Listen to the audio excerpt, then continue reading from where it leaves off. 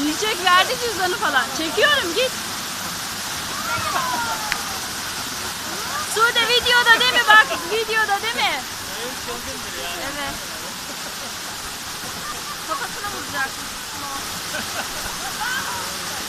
Sude az bol bol fotoğraf çek, isteyecek sende.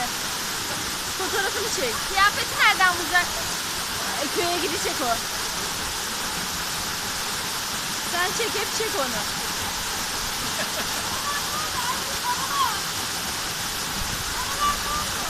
Ben de. Çek, hep çek. Video çekme, sen resim çek. Masaj iyi yapar, masaj omuzlarına vurur. Sen resim çek.